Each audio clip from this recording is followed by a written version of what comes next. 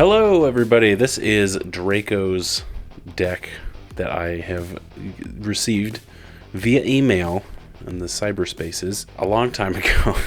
I haven't done it. He sends me a lot of decks, and I'm sorry, Draco, I don't get to all of them. That being said, now I've got a catalog, and now I can go through and do these. So, first of all, this is an idea he had, something about his daughter and being, let's see, this is called his Draco's Savage Daughter. It's something to do with the song. I'm slaughtering this intro, but this is anyway. Okay. So this is Draco's version. I tweaked it a little bit. So this is his original idea. This is all creatures that can't be blocked except by X, creatures. So like Beloved Princess, right? Can't be blocked with power 3 or greater. And then Chomping Kavu, Harvest-Tide Sentry, and Ronus' Stalwart can't be blocked by creatures with power 2 or less. That's kind of the theme, right? It's a little bit of sneaky evasion. Benevolent Unicorns in here for some sort of protection, I think. Apostle's Blessing, Battlefield Improvisation, and Resolute Strike. These two are attach equipments to these creatures as well. So it's just attack with these creatures that are somewhat evasive, and then use Battlefield Improvisation to attach any number of equipment you control to it, which is wild that that's available in Pauper. Yeah, so we got Copper Carapace, Golem Skin Gauntlets, Great Axe, and Ruined Stalactite. So all of these are just bonus things. I'll go through those in just a second. Yeah, and then Double Cleave, right? Double target creature gets Double Strike. There's stuff like that. So that's the idea. I don't know if my deck's any better, but I kind of went with it and I tweaked it a little bit with maybe a little bit easier. Resolute Strike says specifically warriors, and that's why Ruined Stalactite was in here, to give the princess all creature types so they could attach any equipment to her. But so there's a couple still in here, but I think just switching out some creatures and making all of the creatures except for Beloved Princess, because I wanted to keep the theme, right? All except her are warriors, so you don't have to get around a loophole. Dauntless Aven, whenever it attacks untapped target creature you control, which helps with Ronus' Stalwart's Exert trigger. So when she's exerted, can't be blocked with creatures power 2 or less, and then she becomes a 3/3. So that's pretty nice. But then again, Dauntless Aven can untap her. Rust Shield Rampager.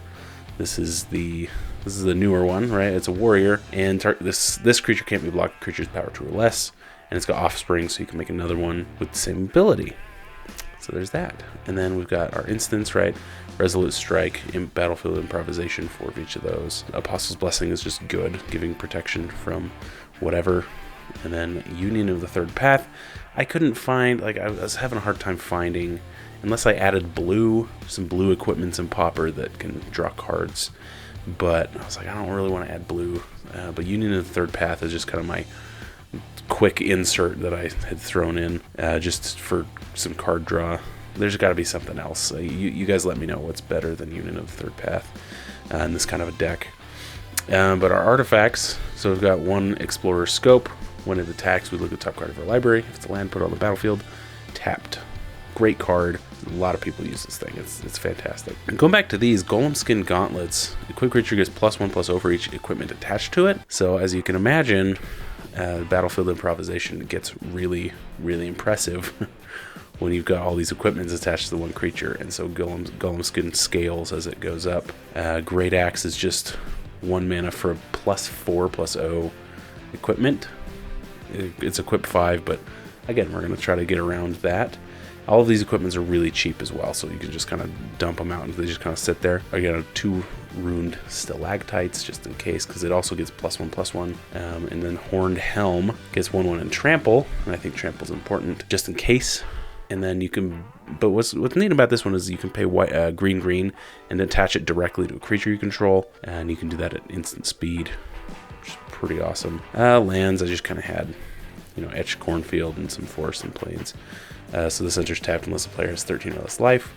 Hopefully we can deal that much damage, but anyway, just generic tap land otherwise. Sideboards are hard. I don't know. It kind of depends on where you are in the meta and whatever. So I might just stop. I might stop doing sideboards for the most part. Maybe I'll do some videos on sideboards. But yeah, Hunter's Blowgun. Their equipments, right? The creature gets Death Touch as long as it's your turn. Otherwise, it has Reach. Kind of nice. And then Viridian Longbow. Of course, this is on a lot of sideboards.